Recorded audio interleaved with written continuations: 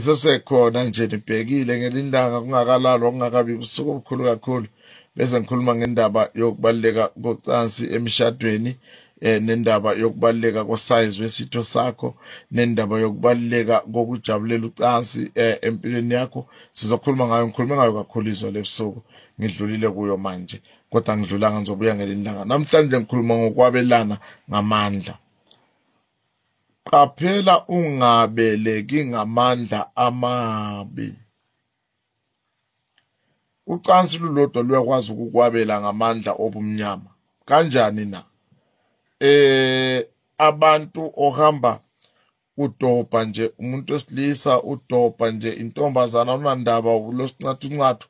Omunye akangcolanga, uclean ngempela, muhle impela, kodwa imhleli lemoya le emibi, and le moya i-transmittable.